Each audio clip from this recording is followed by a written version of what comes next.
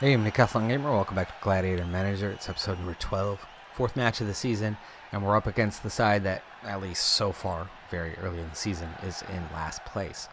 They brought two decent fighters, two weaker fighters, but not zeros, just weaker fighters to this one. I brought three decent fighters and then one good fighter.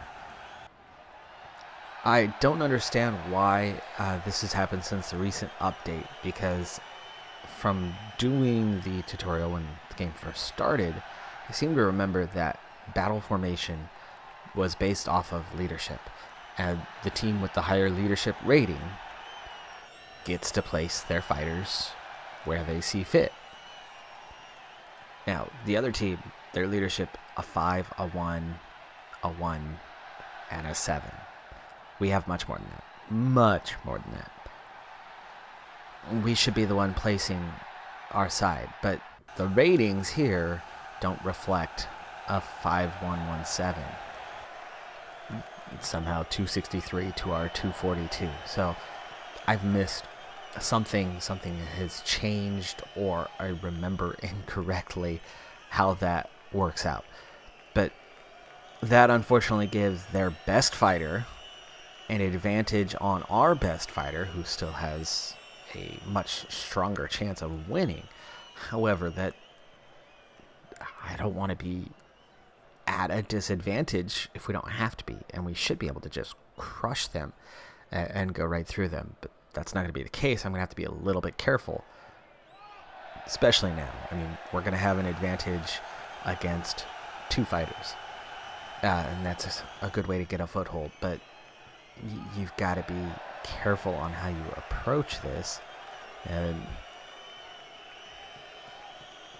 I'm just not a fan of how that works out sometimes when it doesn't go according to what is supposed to be the plan. We're going to be a little more safe with Elia and not be overly aggressive. Somehow we only have a 45, even though we inflicted significantly more damage to start this thing. If they're already engaged, can she move? Does she have a perk? Extra 10 leader. She shouldn't have been able to move there. See, weird things are happening. Weird things. There's been half a dozen updates already in a game that's only been out for 2 weeks, week and a half. Short amount of time, numerous updates.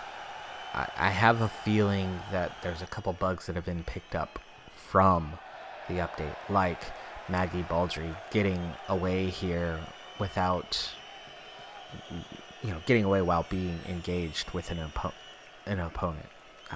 Shouldn't be able to happen. Did happen. Okay, now we move on. Just like we should have been able to pick our formation. Didn't get to. We move on. Really? One block and that happens?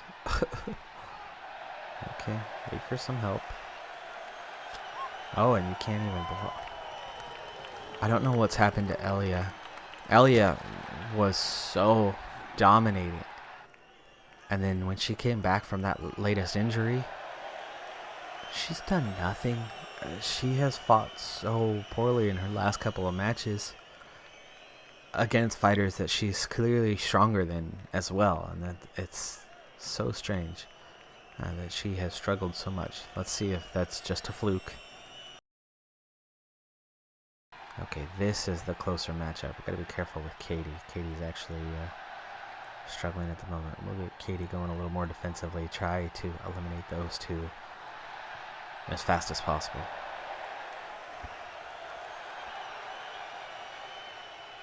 See, she can't block all of a sudden. I mean, what is her... Her agility is 83. Her toughness is 69. Her discipline is there. Like, what's going on? Why can't she block at all anymore? At all. I mean, she loses every single one in the last couple fights.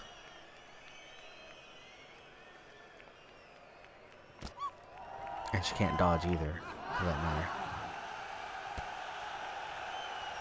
Domitia is really, really gaining control here against Maggie. I think that's the one that's going to be decided first, at least at this rate. Fred is our weakest fighter present, so even though he's got the advantage against Beth, it's not significant.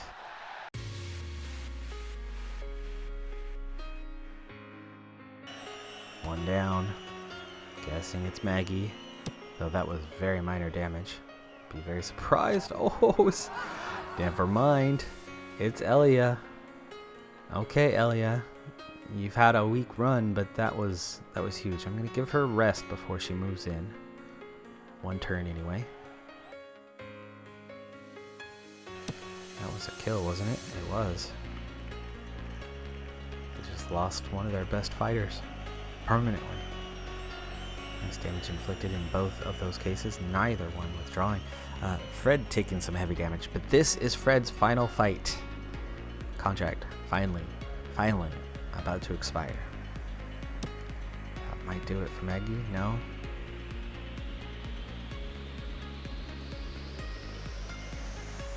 No idea how you have low energy when you haven't even done anything, Katie. Maggie hanging in there. She's taking some pretty heavy damage against Anisha, but she fights on. Beth somehow rests and manages to not get hit by either of these two.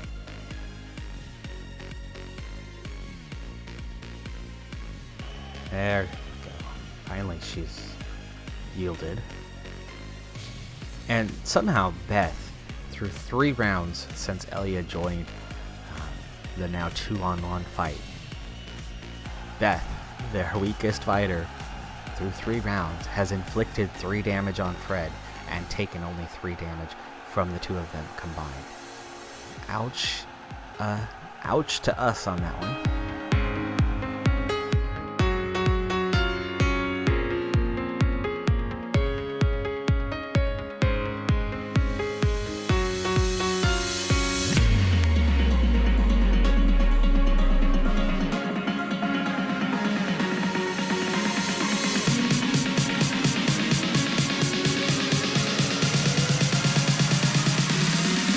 Being way harder than it could have or should have been, but we do come out on top 4-0, the only 4-0 in the division.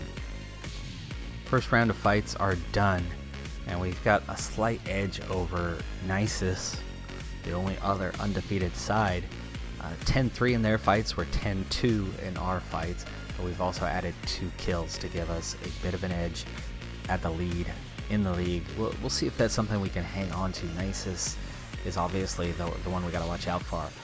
Araminum is the one who came up, and they were only a 5th place side last season, and right now they're currently sitting in 3rd. So based on that information, it looks like we're really only potentially facing one challenger. So if we can get through that squad, I certainly like our chances. With Fred now out and Izzy now out, both of them having served their sentences, we're down to a little bit smaller squad than what we had. Of course, Fred was the weakest that we had on the roster, so we've got him out of the way. So we're getting better and better as a whole, more and more capable from each and every one. But there's still a few weak ones out there. Metella, very weak. We'd like to see Metella gone before long, but she's got 9 fights to go, and injury might be a useful thing in that matter. But in terms of quality, Karada, clearly one of our leaders. Elia, obviously, Adnamasha when she gets back from her injury. Our other citizen is Katie Smith, who we're trying to get out there and get some experience. She, of course, was injured in her very first fight, and she really struggled through that second fight. She's got some potential, but in order to develop that, she's got to survive some of these fights, and we definitely need her to contribute more than she has. Her skill is a 1, so it's clear that right now it's more of a holding place that she would serve on any roster going up against maybe the court-appointed convicts is about the only way where she's going to be actually successful. Lateus only has 5 fights. They've been involved in 2. They're not that great, so I think that's the next one we're going to kind of look to eliminate off the roster relatively quickly. Domitia has now participated in 5. She's down to 6 wins in order to serve up her contract, and she's okay. She's okay. She's definitely better than Fred was. But she's another one we'll want to see on their way before long. So she'll fill one of those regular slots, kind of like Fred was always doing. Teddy's another one like that who we'd like to see kind of just gone. There are definitely a handful of about 2-star fighters, 2.5-star, 3-star, that it's more about getting them on their way, so we can free that slot up for somebody else.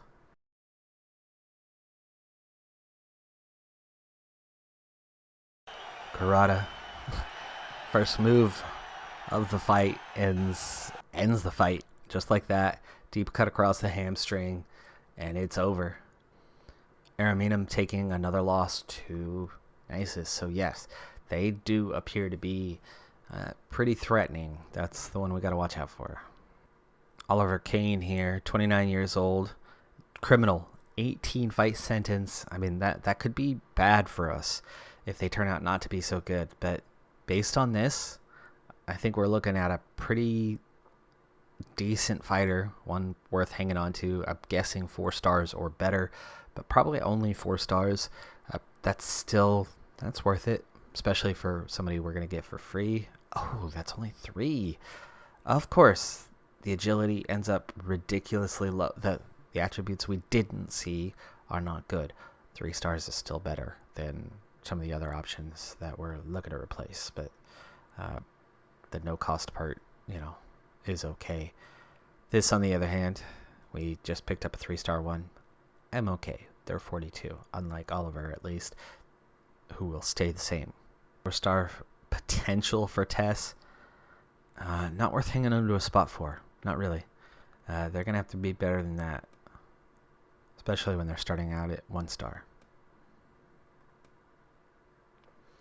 4.5-star is a little bit better, but honestly still not good enough. I think 5-star plus. I mean, I should be looking at gold stars for long-term projects. I don't think that's going to be good enough. So that's it. Oliver's 3-star pickup is all we take on this week.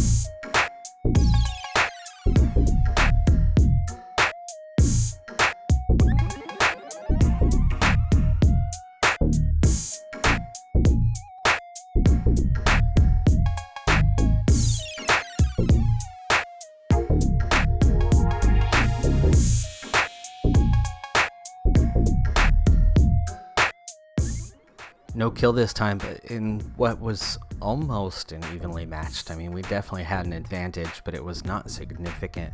It took us a little bit, but both fought well. New guy Oliver did his job. Everybody ended up 2-0. Nisus again with the victory there. Penrod, I've seen multiple times now, so Penrod seems to be a pretty good fighter. We're going to have to watch out for that one when we come up against them.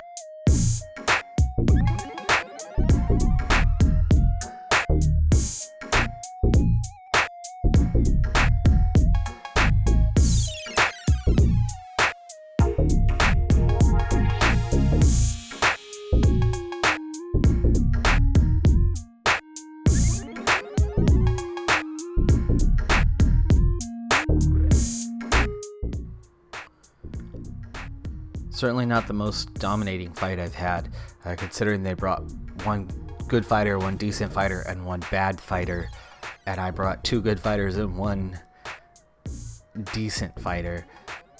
The advantage, and we had advantage in 2 of the 3 head-to-head matchups, where the nicest was the only other one who went 3-0, so it's a clear top 2 now in this league. Very clear top 2.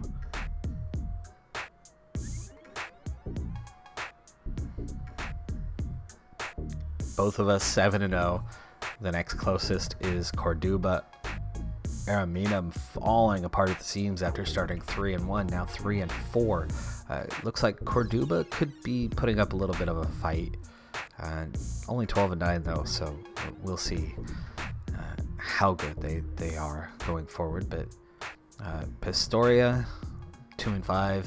They do have 1 kill, but our next matchup should be another relatively easy one. So a lot of good things happening so far. Very nice start to the season. Of course, we have not sustained any injuries since that early second fight or something like that, and we've already gotten one of those back, and we should get the other back soon. Domisha is ready to level up, so that's a good thing. We're down to just Adnamasha, who is recovering in just a week. Domisha ready to level up, and that's pin weapon or lighter armor. Oh, I like that. Okay, I think we'll fight a little bit better out there. So we're seeing a nice balance throughout the team right now. There is no extreme weaknesses, unlike what we had previously. And then there's a number of options. We've had Ridavicius with 2 fights remaining for a long time now after starting 8-0 and being such a key piece to our rise during Season 1. Now is on the back burner and just being saved for when we need him. 2 fights remain. Big fight coming up. Whenever that happens, we will call on him. But right now we have so many other options that we haven't needed him.